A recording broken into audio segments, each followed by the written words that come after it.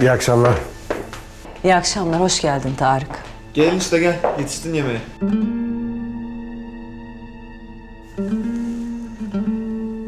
Humeyra? Bu tatil işine canı çok sıkıldı. Başı ağrıyormuş. Odasında dinleniyor. O kadar üzüldün mü?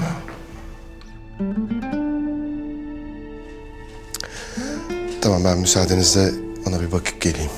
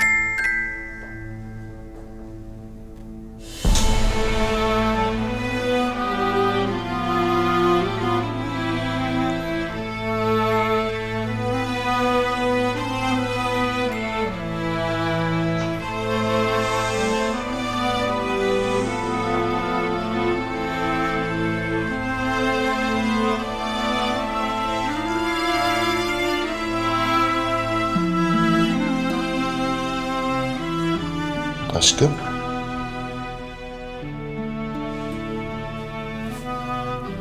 Bakar mısın bana? Ama yapma öyle. Bakar mısın bana? Tatile gidemiyoruz diye mi üzüldün sen? Bak ama sen öyle yapınca ben de çok üzülüyorum. Dön bakayım bana. Çok özür dilerim. Yani son anda işler üst üste geldi ve ben de her şeyi bırakıp tatile gitme cesaretini bulamadım kendimde. Her zamanki gibi iş. Bıktım gerçekten. Sadece çalışmak için yaşıyorsun. Ben günlerdir bu tatil için hazırlıklar yapıyorum.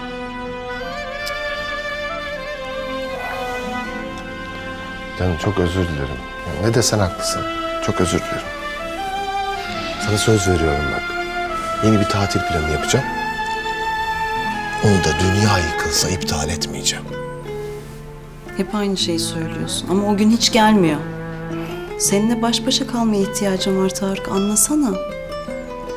Hayatım. Benim canım sıkılmıyor mu zannediyorsun? Ben günlerdir bu tatili bekliyorum. Seninle her şeyden, herkesten uzak, böyle baş başa deniz kıyısında geçireceğimiz bir anı bile ihtiyacım yok mu zannediyorsun sen? Tamam o zaman yapalım. Yapacağız. Zamanını bilmiyorum ama ilk fırsatta yapacağız.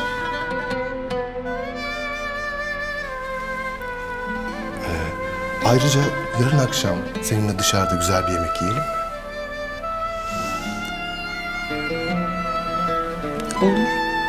Hatta bu akşam burada yiyelim yemeğimizi, ne dersin?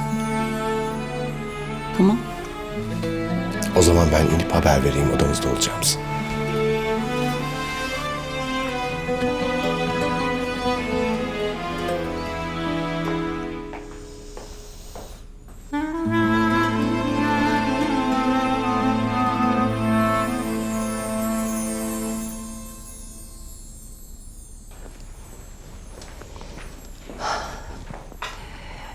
Reyhan kızım, eline sağlık. Zeytinyağlılar çok güzel olmuş. Afiyet olsun Macide Hanım. Yani başarılıydı gerçekten. Özellikle şu lokma faciasından sonra. Kerem, Ne var anne ya, şaka yapıyorum. küçük misafirimiz nasıl? Yemeğini yedi mi? Yedim Macide Hanım. Çok iyi. Çok sessiz yavrucak. Annesinden babasından hiç söz etmiyor mu? Maalesef Macide Hanım. Ben konuşturmaya çalıştım ama bir şey söylemiyor kendisi. Hay Allah. Çok sessiz. Aynen ya. Ağzı var, dili yok. Belli ki bizden çekiniyor. Bir ara sen yine konuşturmayı dene Reyhan. Belki sana açılır. Böyle her şeyi içine atması, sessiz kalması iyi değil. Tabii Macide Hanım. Ben konuşturmaya denerim kendisi.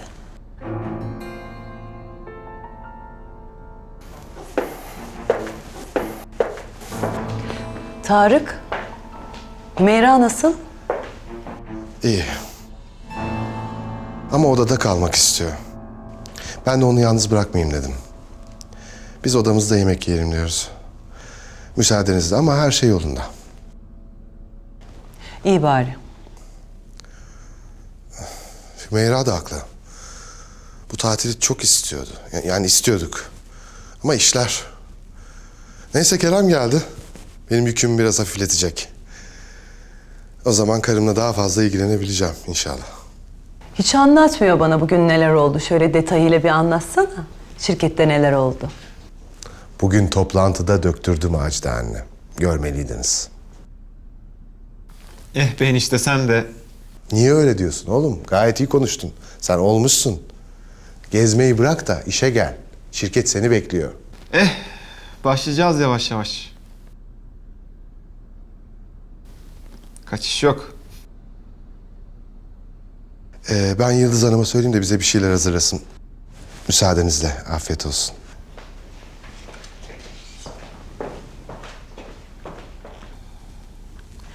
Lafta kalmasın bu söylediklerin. Tamam tamam, lafta kalmayacak, merak etme. Ama ne demişler? Geç olsun, güç olmasın.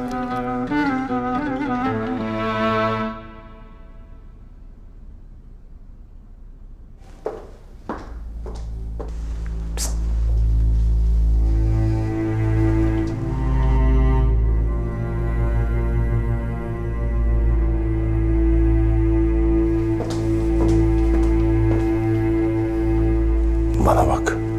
Şu Reyhan mıdır nedir çok oluyor. Ne yapacaksan yap. Onun biletini kes. Dediğim gibi odama getireceksin yemekleri. 2 kişilik olacak, tamam mı? Tabii efendim. Reyhan. Onu bana ver. Salona gidiyorum zaten.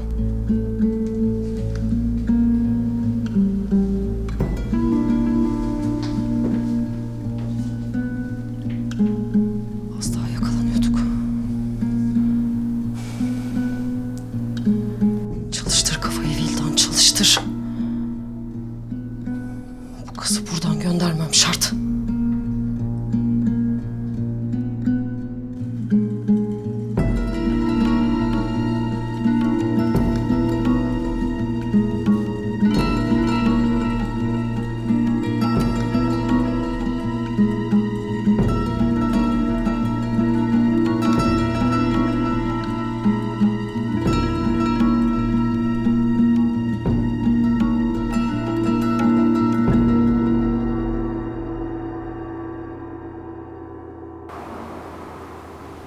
Kız.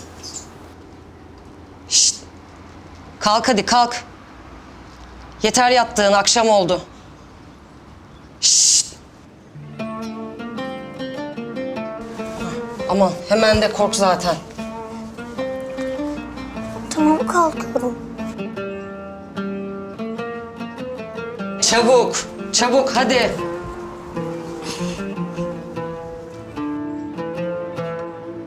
Şimdi Reyhan ablan her yerde seni arıyordur. Elif nerede? Uyuyor mu? Kahvaltıya niye gelmedi? Hasta mı yoksa? Sana ne be? Sana ne? Anası mısın, babası mısın? Hadi, hadi acele et.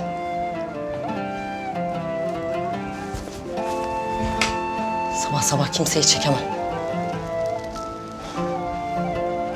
O Macide Hanım olmayacaktı ki. Ben sana yapacağı biliyordum. Oh, evin çocuğu oldun bir de. Yediğin önünde, yemediğin ardında. Ne bakıyorsun? Hadi, şuraları da topla. Hadi, hadi. Hadi, hadi.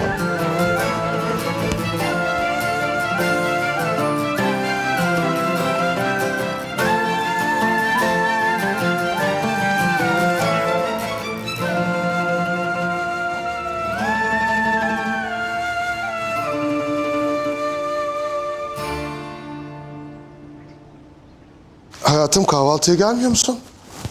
Yok, koşuya çıkacağım birazdan. Temiz havaya ihtiyacım var.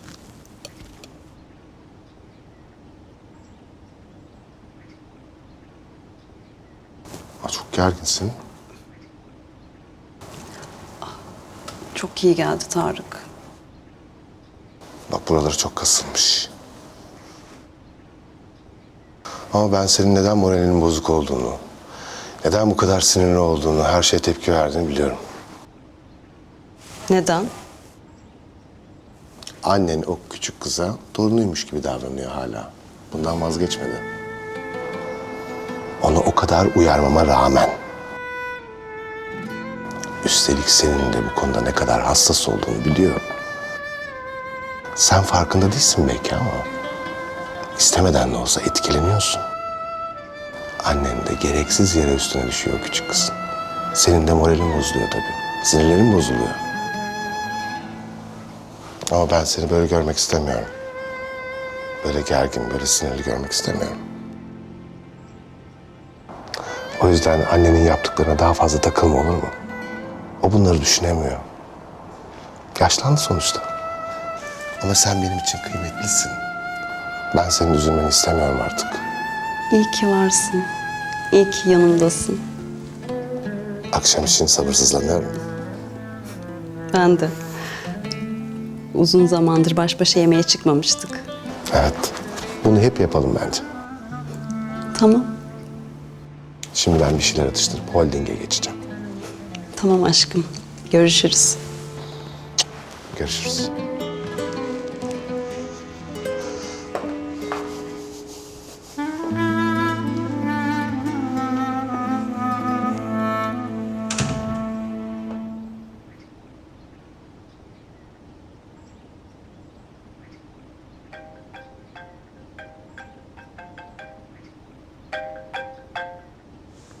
Alo?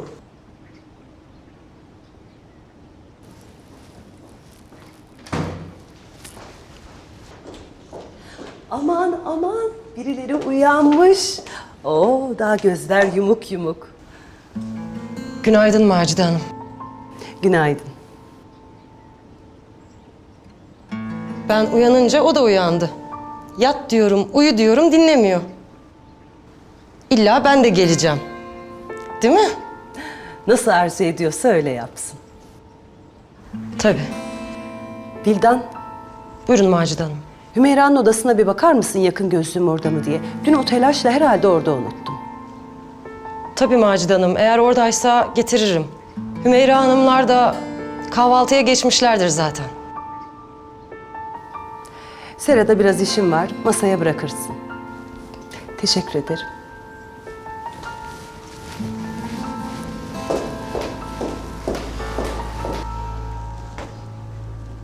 Duydun Macide Hanım'ı. Gözlüğü oradaysa git getir bana. Sabah sabah bir de gözlük arattıracak bana. Daha kahvaltı yapmamışım. Ne duruyorsun? Hadi fırla. Hadi.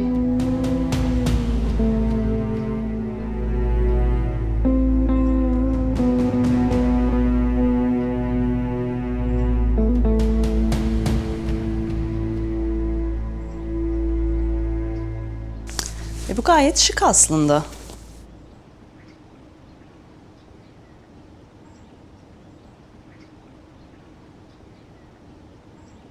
Bakayım.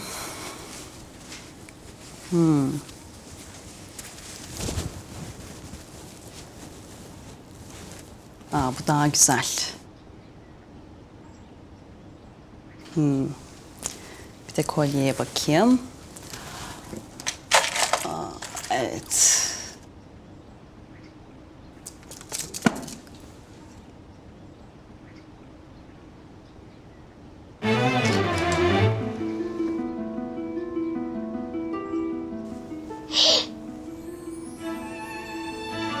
Ne oluyor? Ne işin var senin burada?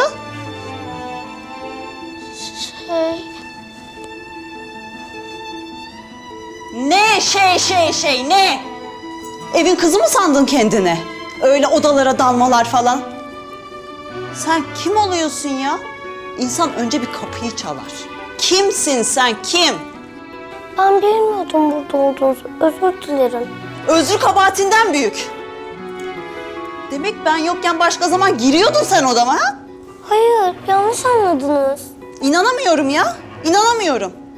Hizmetçinin ne ediği belirsiz akrabası elini kolunu sallaya sallaya odama kadar gidiyor. Ben sadece... Sus! Sus, tek kelime daha duymak istemiyorum. Çık dışarı, çık! Çık, çabuk! Delireceğim ya, delireceğim!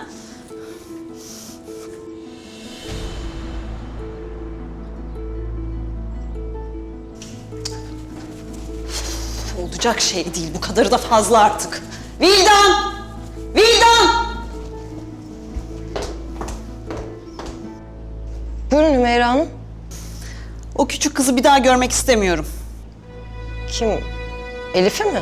Adı her neyse işte. Az önce dan diye odama girdi. Ben böyle bir hadsizlik görmedim ya. Humeyra Hanım... Tamam, anladık. Acıdık, evimize aldık ama bu kadarı da nankörlük yani, terbiyesizlik. Ben buna katlanmak zorunda mıyım ya? Bana bak, bir daha aynısını yaparsa sorumlusu sen olursun, tamam mı? Humeyra Hanım, ben onun adına sizden özür diliyorum. Üf, boş boş özürler. Üf. Ben şimdi koşuya gidiyorum, döndüğümde onu ayak altında görmeyeceğim. Anlaşıldı mı? Tabii tabii. Ben bakacağım bir çaresine. Kulaklarını da çekeceğim. Siz hiç merak etmeyin. Benim kulaklığım nerede ya?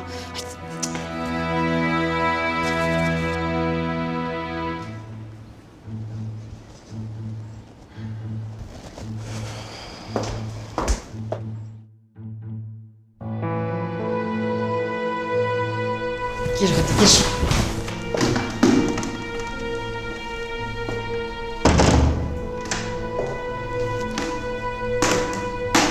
Bugünkü görevim burayı temizlemek.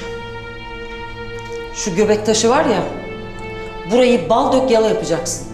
Öyle yalap şap yaptığını görmeyeceğim, yoksa o saçlarını keserim. Bir gün de tamam de, tamam. Habire iteceğiz, dürteceğiz. Duydun mu dediklerimi? Duydum. Sesini de çıkartmayacaksın. Hadi başla.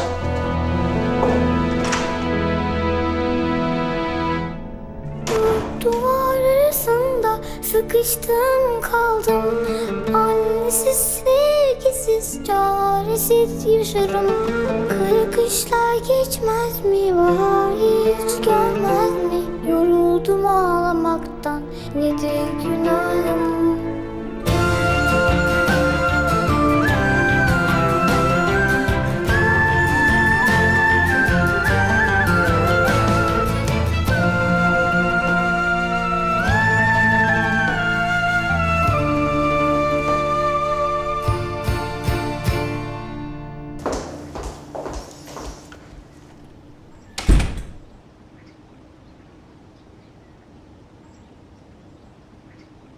Annemler nerede? Salonda mı?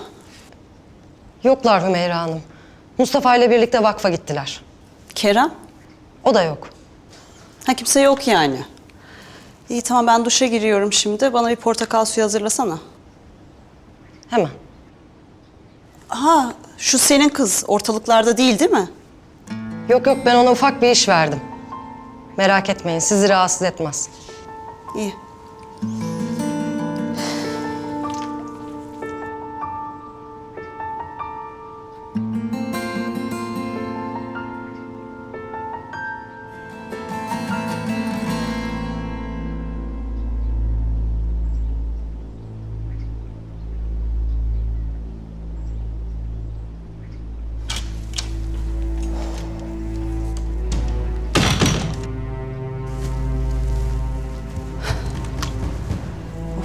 Yorulmuşum bayağı ya.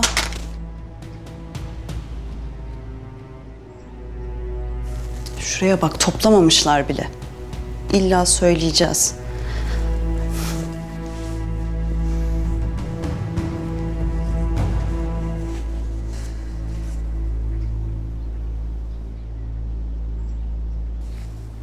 Kolyem nerede? Buraya koymuştum.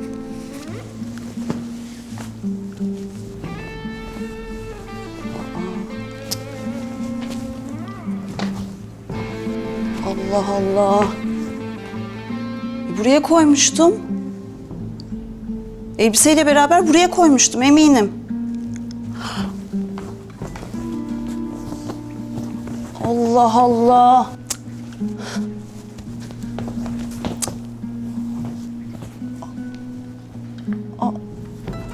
Ay, delireceğim.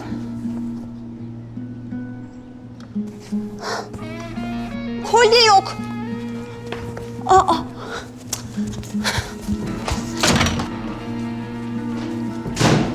Reyhan! Vildan! Yıldız abla! Çabuk salona gelin! Duymuyor musunuz beni? Neredesiniz? Humeyra Hanım. Neredesiniz diyorum, kolyem kayıp. Kolye mi?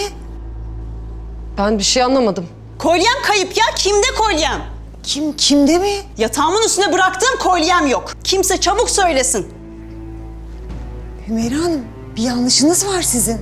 Burada hiç kimse sizin izinsiz eşyanızı almaz. Odanıza girip hiçbir şeyinize dokunmaz. Olmaz böyle bir şey. Evet, belki de düşünmüşsünüzdür. Evet. Bir de biz bakalım isterseniz.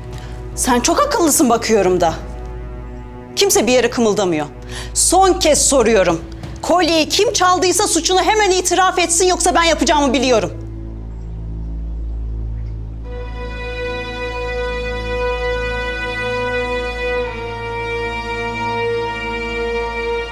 Peki, bunu siz istediniz. Şoförle bahçıvanı çağırıyorum. Hepinizin odası tek tek aranacak.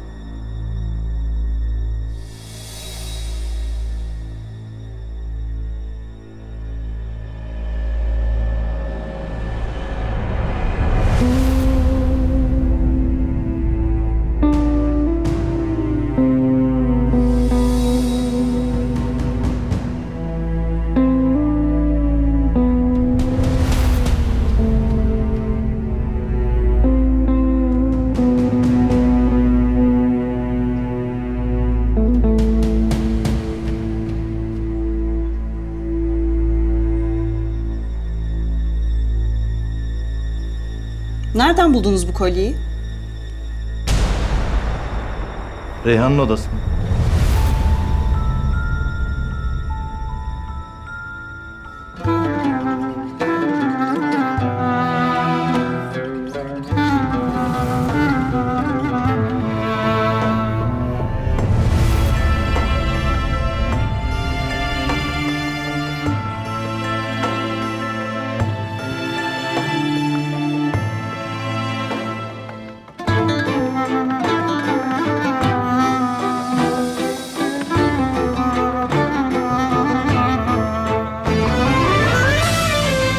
Ne işi vardı bu kolyenin sende?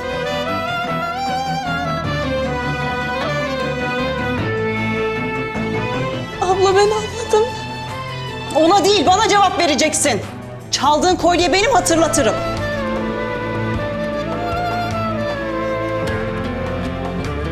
Humeyra Hanım ben çalmadım. Siz çıkabilirsiniz.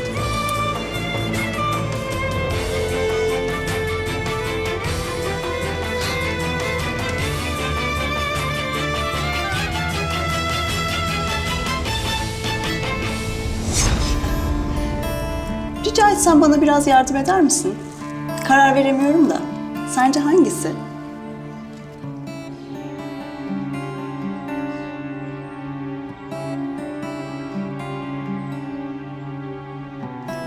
Bilmem, bence ikisi de çok güzel. Bence de. Zaten o yüzden karar veremiyorum. Sen olsan bu elbiseyle hangisini kombinlerdin?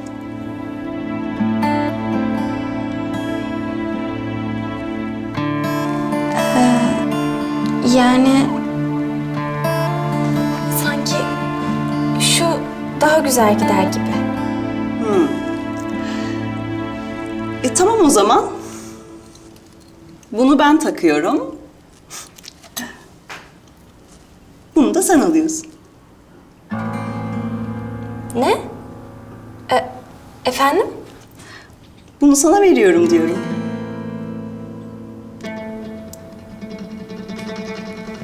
Nasıl yani? Yani yardımın karşılığında bunu sana hediye ediyorum. İçimden geldi. Eminim sana da çok yakışacaktır. Al. Güle güle kullan.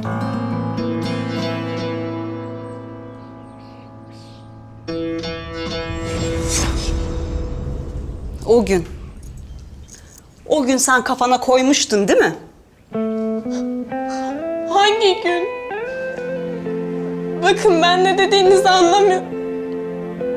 Sana 2 tane kolye göstermiştim. Hangisini takayım diye sormuştum. Senin beğendiğini ben takıp ötekisini de sana hediye etmiştim. Yetinmeyi bilecekmişsin gibi. Ha, ne kadar da safmışım.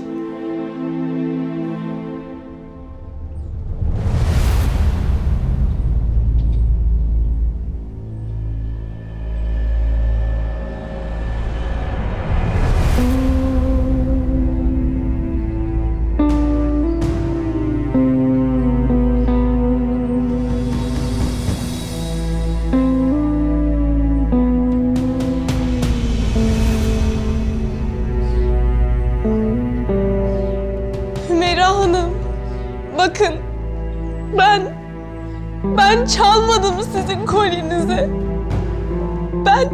Ben bir şey yapmadım.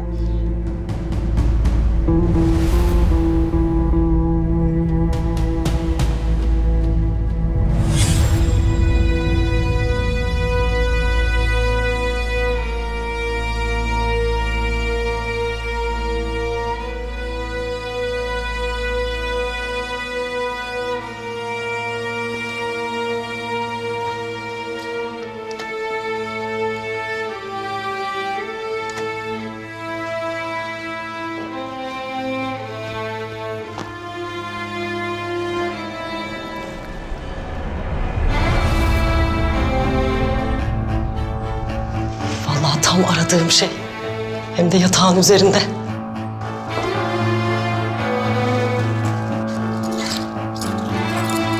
Tam cebe atmalık.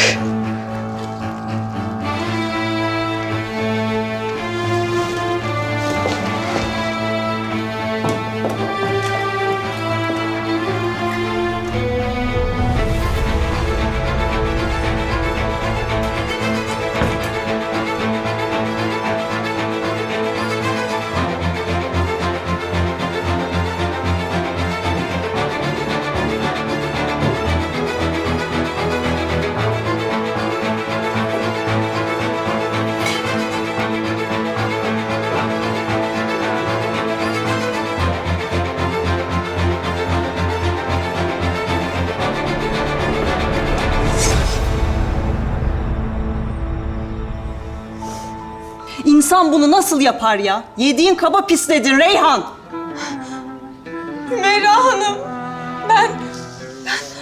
bu nasıl oldu bilmiyorum. İnanın bana ne olur. Benim bildiğim tek bir şey var. O da sizin kolyenizi ben çalmadım. Ben sizin hiçbir şeyinizi almadım. Sen ne söyleyeceğini bilmiyorsun. Ama yüzün pek çok şey söylüyor. Tam bir suçlu ifadesi var suratında. Suçunu bastırmak için de ağlıyorsun. Ağlayınca sana acıyacağımı sanma sakın. Humeyra Hanım, Reyhan öyle bir şey asla yapmaz. Ne demek yapmaz? Kim yaptı o zaman? Kolye odasından çıktı. O yapmadıysa içinizden biri yaptı.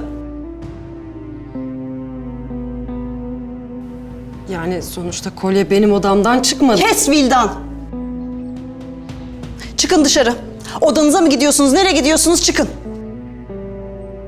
Humeyra Hanım bakın bu kız... Çıkın dedim. Daha fazla bir şey duymak istemiyorum.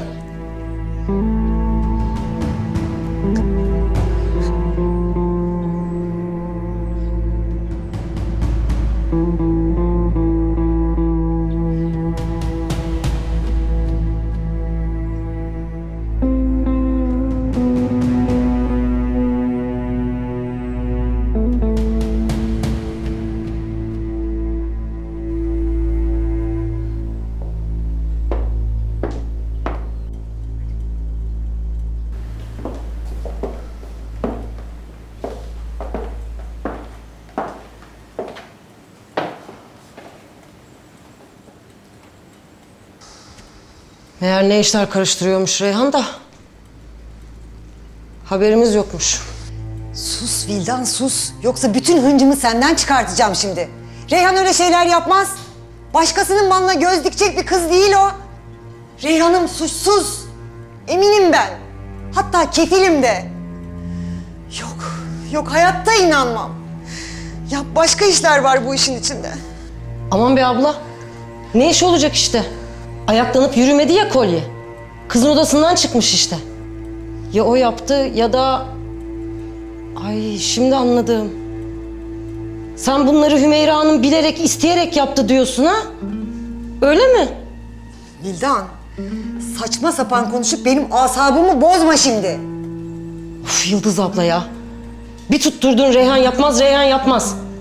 Ne bu koruma kollama hali ben anlamadım ki. Şuncacık zamanda ne kadar tanıyabildin ki kızı? Hırlı mı hırsız mı nereden biliyorsun? Tövbe tövbe. Ha tabii. Reyhan'ı buraya senin aldığını düşünürsek... iş değişir tabii. Belki de en başından... Aman. Neyse ne. Derdinizi Macide Hanım'a anlatırsınız artık.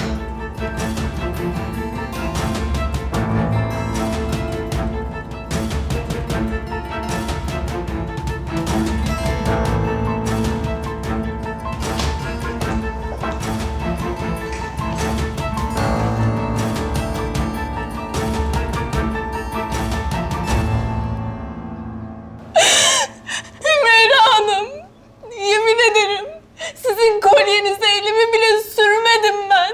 Hala inkar ediyorsun. Yüzsüzlüğün bu kadarı da pes. Nasıl oldu bilmiyorum ama ben gerçekten elimi bile sürmedim.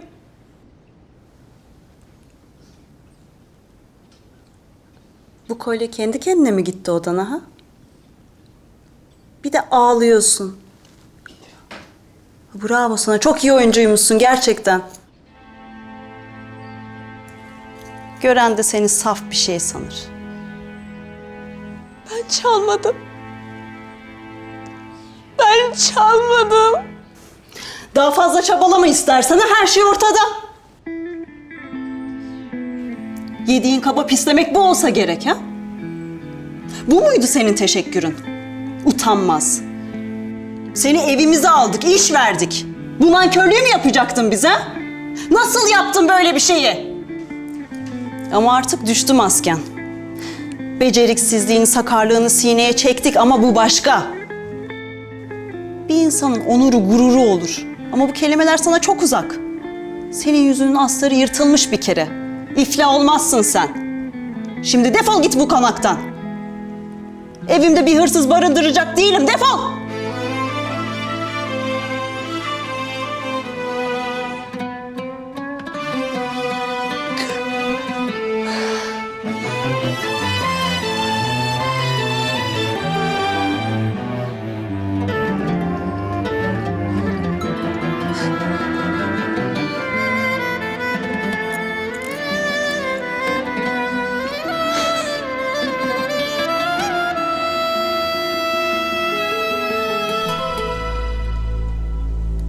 Allah'ım, Allah'ım ne olur yardım et. Bu işin gerçeği çıksın ortaya.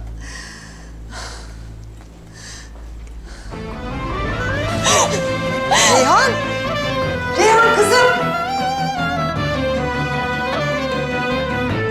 Oldu bu iş. Artık Macide Hanım bile kurtaramaz seni. Güle güle Reyhancık.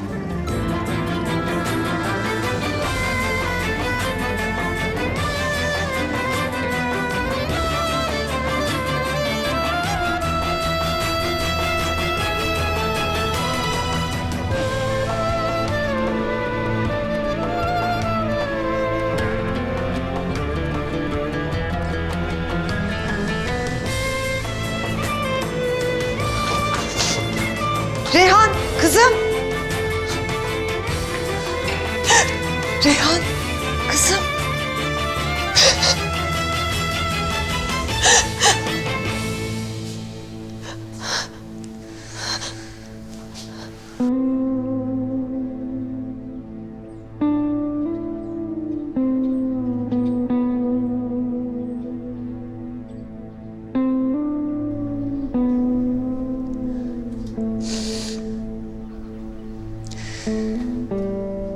Reyhan'ım, bahtsız kuzum benim.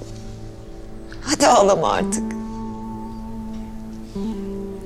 Abla. Tamam kızım, tamam. Her şey yoluna girecek, merak etme sen. Abla. Humeyra Hanım beni kovdu. Kovdu mu? Nasıl yaptı böyle bir şeyi doğru dürüst dinlemeden, konuşmadan? Kovulmak önemli değil abla. Hırsız damgası yedim ben. Çok utanıyorum.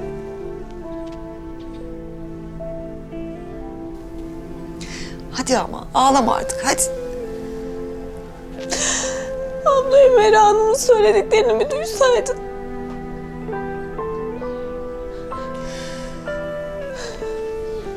Ben hırsız değilim.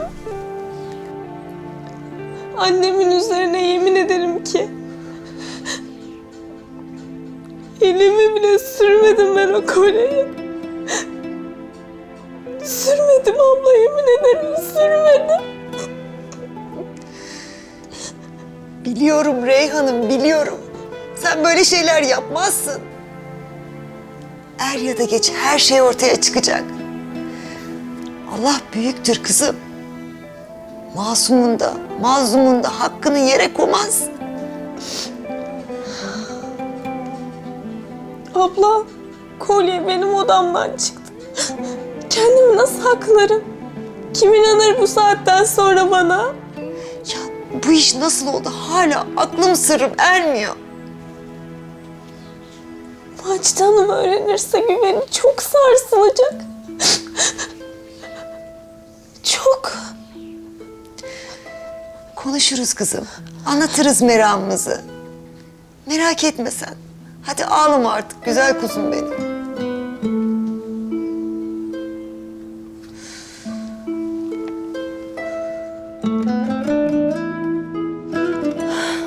İnsanlık ettik, hediyelere boğduk.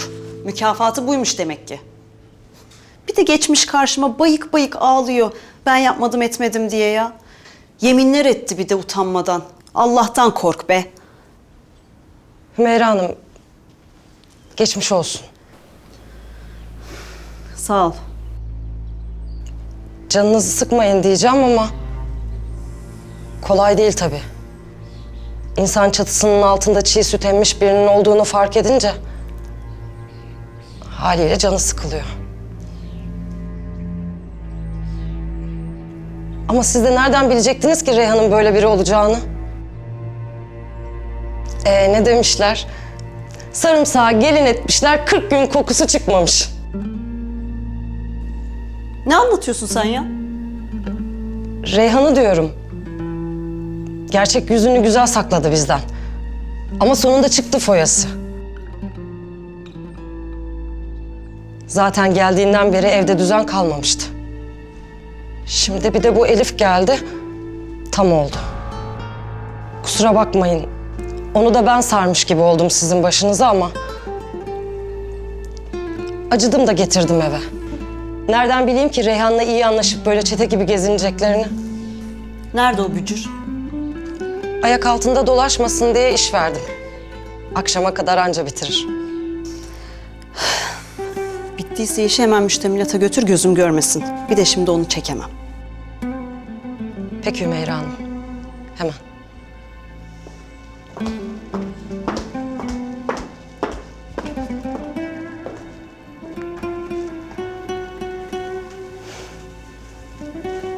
Helal sana Vildan. Reyhan'ın fişini de çektin sonunda. Macide Hanım da tutmaz artık onu evde. Tarık bu işi hallettiğime çok sevinecek. Aferin kız Vildan. Alkışlanacak kadınsın vallahi. Duvar arasında sıkıştım kaldım. Annesiz, sevgisiz, çaresiz yaşarım. Kara kışlar geçmez mi, bahar hiç gelmez mi? Yoruldum ağlamaktan, nedir günahım? Dört duvar arasında sıkıştım kaldım. Annesiz, sevgisiz, çaresiz yaşarım. Kara kışlar geçmez mi,